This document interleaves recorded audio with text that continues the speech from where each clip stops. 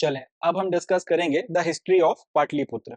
अभी तक की जो हमारी बातचीत हमने करी जिसमें हमने ये देखा कि किस तरह 6th century before common era में जो शहर उभरे थे उसमें से कुछ शहर ज्यादा इंपॉर्टेंट या ज्यादा रेलेवेंट होते चले गए और अल्टीमेटली फिर वो उस जमाने की जो महाजनपद थी उनकी राजधानी बने।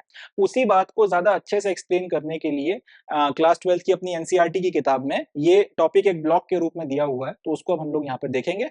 एंड टॉपिक का नाम है the history of Pataliputra. Basically वही बात है कि किस तरह से एक शहर जो है वो शुरू होता है, रेलेवेंस गेन करता है, प्रोमिनेंस में आता है और अल्टीमेटली डिक्लाइन की तरफ जाता है, वो अपने को इसमें समझ में आएगा। Each city had a history of its own.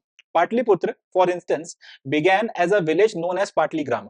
Then in the 5th century before Common Era, the Magadhan rulers decided to shift their capital from Rajgraha to this settlement and renamed it. By the 4th century before Common Era, it was the capital of Mauryan Empire and one of the largest city in Asia.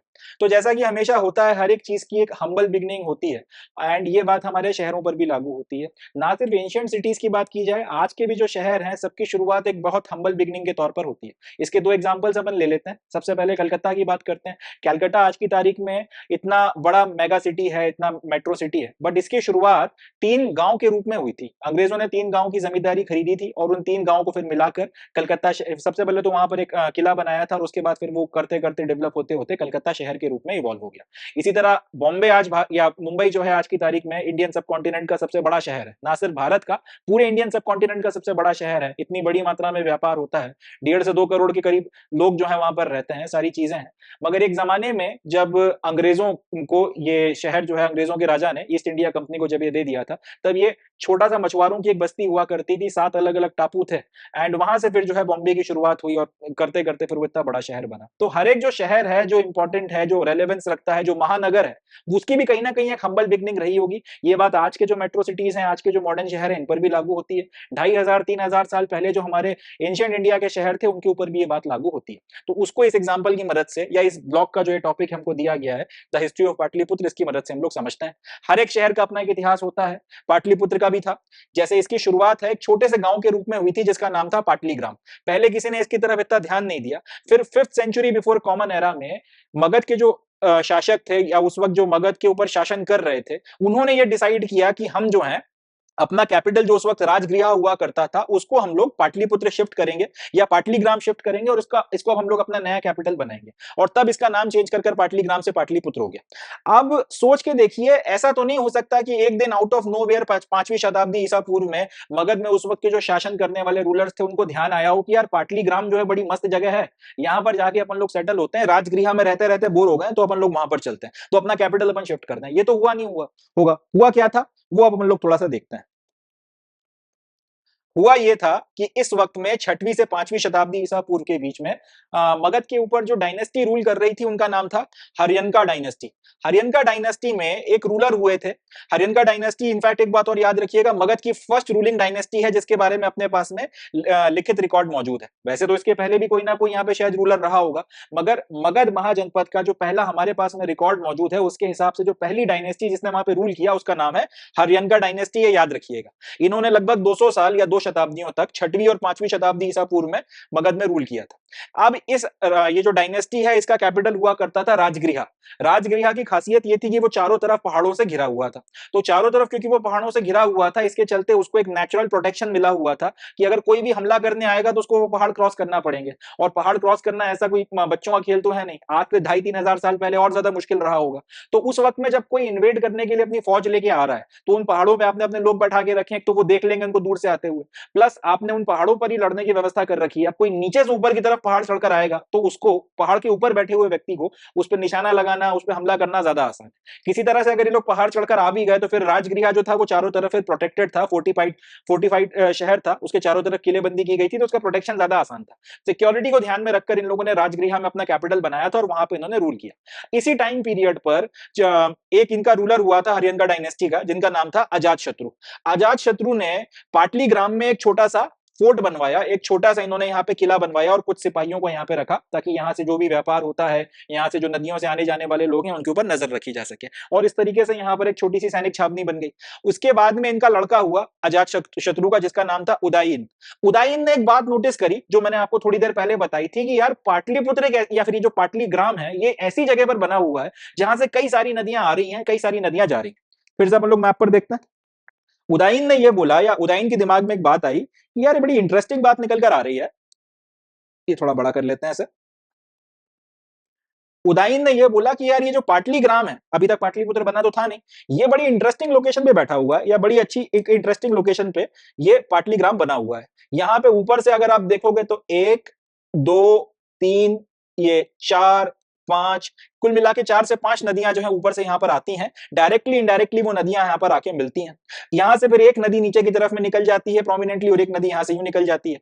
एक और नदी है, वो थोड़ा सा उसका एक हिस्सा जो है आगे जाकर इसमें और मिलता है। तो ये जो छोटा सा गांव है, ये बड़ी खतरनाक लोकेशन पे बना हुआ है। यहां से अगर मुझे अगर मैं यहाँ से जमीनी रास्ते से कहीं पहुंचना चाहूँ, और उसी वक्त में अगर मैं यहाँ से इन नदियों के रास्ते से अगर मैं उसी जगह के लिए निकलूं, तो मैं नदियों के रास्ते ज्यादा आसानी से और ज्यादा जल्दी जो है अपनी जो भी लोकेशन है वहां पर पहुंच सकता हूं, बजाय जमीनी रास्ते के। इसी तरह अगर मैं किसी जमीनी रास्ते से पाटलीग्राम आने की कोशिश करता हूं, और उसकी जगह अगर मैं समुद्री रास्ता पकड़ लूं, ये सॉरी नदी का रास्ता पकड़ लूं, नदी के रास्ते से आने की कोशिश करूं, तो मैं जल्दी पहुंच सकता हूं। जैसे उदाइन को दिमाग में ये बात आई, तो उसको एक बात खटकी कि यार ये बहुत स्ट्रेटेजिक लोकेशन है, ये बहुत स्ट्रेटेजिक लोकेशन है। यहां पर अगर मैंने अपना यहां से अगर मैंने अपना अंपायर चलाना शुरू किया, तो दो फायदे होंगे। एक तो अगर मुझे अपने अंपायर में या फिर अपनी किंगडम में कहीं पर भी इधर से उधर मूव करना है, तो एक मैं ये जो नदी का रास्ता है, समुद्री वर्ड में गलती से बोल रहा हूं, नदी का जो रास्ता है, यहां से मैं जल्दी पहुंच सकता हूं। इसी तरह अगर मेरे शासन में, मेरे अंपायर में कहीं पर अगर किसी व्यक्ति को, मेरे किसी ऑफिशियल को मुझ तक कोई इन्फॉर्मेशन पहुंचानी है, तो वो भी ये नदी का मार्ग पकड़कर मेरे तक जल्दी आ सकता है। मतलब ये कि मेरे पास में इन्फॉर्मेशन ना, मैं इन्फॉर्मेशन अगर मुझे कहीं भेजनी हो, कहीं खुद जाना हो, तो मैं जल्दी जा सकता हूं, आ सकता हूं। इसी तरह मेरे तक अगर कोई इन्फॉर्मेशन आनी हो, तो वो जल्दी आ सकती है, बजाय अगर मैं राजगृह में बैठ के अपना काम कर रहा हूं। देख लीजिए, ये पाटलिपुत्र है और ये राजगीर या फिर राजगृह यहां पर है, चारों तरफ पहाड़ों से घिरा हुआ है। तो जो चीज मैंने, या जो चीज को ध्यान में रखते हुए मेरे पूर्वजों ने राजगीर को बनाया था, राजगृह को बनाया था, कि चारों तरफ आपके पहाड़, तो पहाड़ चढ़ने में फौजियों को, या फिर आपकी जो कोई दुश्मन की सेना आ रही है उसे दिक्कत होगी। मगर जंग रोज रोज तो लड़ी नहीं जाती है। अगर किसी वक्त में मुझे कोई इंफॉर्मेशन भेजनी है राजगृह से कहीं अपने किसी हिस्से में, तो एक तो बहुत ज्यादा टाइम लगता है। इसी तरह से अगर राजगृह तक कोई इन्फॉर्मेशन आनी है, तो उसमें भी बहुत ज्यादा टाइम लगता है। इसके उल्टे पाटलीग्राम में या पाटलिपुत्र में अगर मैं जाकर बैठ जाऊं, तो इन्फॉर्मेशन जल्दी आ भी रही है और इन्फॉर्मेशन जल्दी जा भी रही है। मतलब ये बड़ी स्ट्रेटेजिक लोकेशन है। यहां से शासन करना ज्यादा बेहतर रहेगा, बजाय आप राजगीर से बैठकर शासन चलाओ। तो उदयन को जैसे ही ये बात समझ में आई, उदयन ने बोला कि बस पाटलीग्राम के दिन फिर गए, आज से इसको पाटलीग्राम नहीं बोला जाएगा। अब हम लोग जो है यहाँ पर एक नया शहर या फिर एक नई राजधानी बनाएंगे, और उसका फिर नाम अल्टीमेटली पाटलिपुत्र पड़ा। तो उदयन ने आपका 5th सेंचुरी के आसपास में, 5th सेंचुरी के आसपास में, इस जगह पर जहां पे इनके पिताजी ने एक छोटा सा किला बनाया था सैनिकों के रहने के लिए एंड देख रेख करने के लिए, वहां पर एक नए शहर की फाउंडेशन डाल दी, क्योंकि स्ट्रेटेजिक इंपॉर्टेंस समझ में आ गया। और इस फाउंडेशन को डालने के बाद में फिर करते करते यहाँ पे एक नई राजधानी बनाई, और ये नई राजधानी जो है फिर इसका नाम पड़ गया पाटलिपुत्र। ये सारा काम कब हो रहा है? 5th सेंचुरी कॉमन एरा के आसपास में हो रहा है। तो 5th सेंचुरी के आसपास में जब ये काम हो गया, उसके बाद में क्योंकि यहाँ पे अब एक नया शहर बना, और यहाँ पे वही बात की इन्फॉर्मेशन जल्दी आ रही है, जल्दी जा रही है, सामान जल्दी आ सकता है, जल्दी जा सकता है, इसके चलते पाटलिपुत्र ट्रेड का भी एक इंपॉर्टेंट सेंटर बना। और 100 साल के अंदर अंदर, एक शताब्दी में, ये जो शहर था, मौर्यन अंपायर का जो कैपिटल था, एशिया के सबसे लार्जेस्ट शहरों में से एक हो गया। अब देखिए कितना जल्दी जो है दिन फिरते हैं। स्ट्रेटेजिक इंपॉर्टेंस समझ में आई, कैपिटल बनाया, जिस बात को ध्यान में रखते हुए कम्युनिकेशन को इन्होंने अपनी राजधानी बनाई, वो तो हुआ ही हुआ, मगर साथ ही साथ अब यहाँ पर जो है इन्हीं रास्तों से ट्रेड बड़ी मात्रा में होने लगा। जैसे जैसे ट्रेड होने लगा, तो लोग यहाँ पे आके बसने लगे, व्यापारी रहने लगे, लोगों का लिविंग स्टैंडर्ड बढ़ गया, शहर फैलता चला गया, और अल्टीमेटली उस वक्त में एशिया का सबसे बड़े शहरों में से एक शहर के रूप में पाटलिपुत्र निकल कर आता है। एंड बाद में फिर काफी सारे जो यहाँ पे मौर्यन अंपायर रहा, मौर्यन अंपायर के पहले नंद अंपायर रहा, सबके लिए पाटलिपुत्र के ऊपर कंट्रोल रखना एक स्ट्रेटेजिक इंपॉर्टेंस की नीड हो गई। एंड बाद में फिर जब सम्राट अशोक के वक्त में लगभग पूरे इंडियन सब कॉन्टिनेंट के ऊपर मौर्यंस का कब्जा हो गया था, उनका अंपायर बन गया था, तब भी पाटलिपुत्र ने इनके कैपिटल के तौर पर जो है सर्व किया था। तो जैसा होता है अल्टीमेटली, मगर हर चीज का अगर अच्छे दिन आते हैं, तो हर चीज के बुरे भी दिन आते हैं। पाटलिपुत्र काफी वक्त तक इंपॉर्टेंस में रही, काफी वक्त तक प्रोमिनेंस में रहा, एक रेलेवेंट शहर के रूप में जो है इसका अस्तित्व रहा। बुद्धिज्म एंड जैनिज्म का भी यहाँ पर काफी ज्यादा प्रभाव देखने को मिलता है, बट फिर जैसा होता है वक्त के साथ में धीरे धीरे धीरे धीरे इसका इंपॉर्टेंस, इसका रेलेवेंस डिक्लाइन करता चला गया। एंड अब ये देखिएगा कितने वक्त में, ऐसा भी नहीं है कि 100-200 सालों में किस्मत फिरी और 100-200 सालों में बर्बाद हो गया, ऐसा नहीं हुआ था। 5th सेंचुरी कॉमन एरा के आसपास, 5th century before common era के आसपास में उदयन ने पाटलिपुत्र को डेवलप किया। 4th शताब्दी ईसा पूर्व आते आते ये शहर अपनी ग्लोरी पे पहुंचा, और उसके बाद में करते करते करते करते ह्यूनजैंग जो है वो 7th सेंचुरी कॉमन एरा में आया है।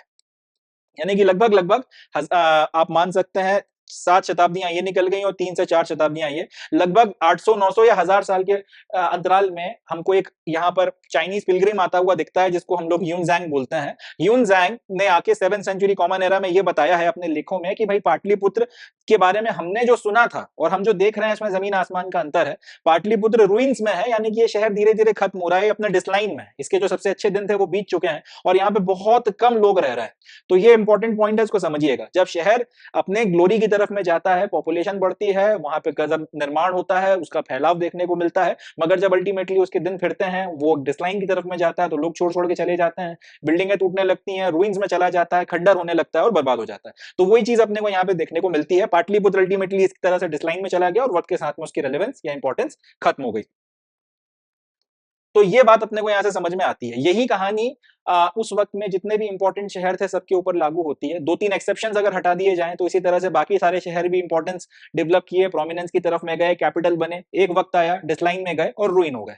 पाटलिपुत्र भी आज अल्टीमेटली खंडर हो गया है। उसके पास जो मॉडर्न सिटी बनी हुई है पटना की, वो एक अलग शहर है, मगर पाटलिपुत्र अल्टीमेटली रुइन हो गया है। एक काशी आप कह सकते हैं बचा हुआ है, उज्जैन बचा हुआ है, मथुरा बचा हुआ है, एक दो शहर इस तरीके के और बचे हुए हैं, कांधार वगैरह। बाकी जो है ओवरऑल इस तरीके से बाकी जितने भी आपके इंपॉर्टेंट कैपिटल्स डेवलप हुए थे महाजनपदों के, वक्त के साथ में वो इस तरह से बढ़े, उठे और डिस्लाइन हो गए या रूइन में चले गए। चले आगे बढ़ते हैं।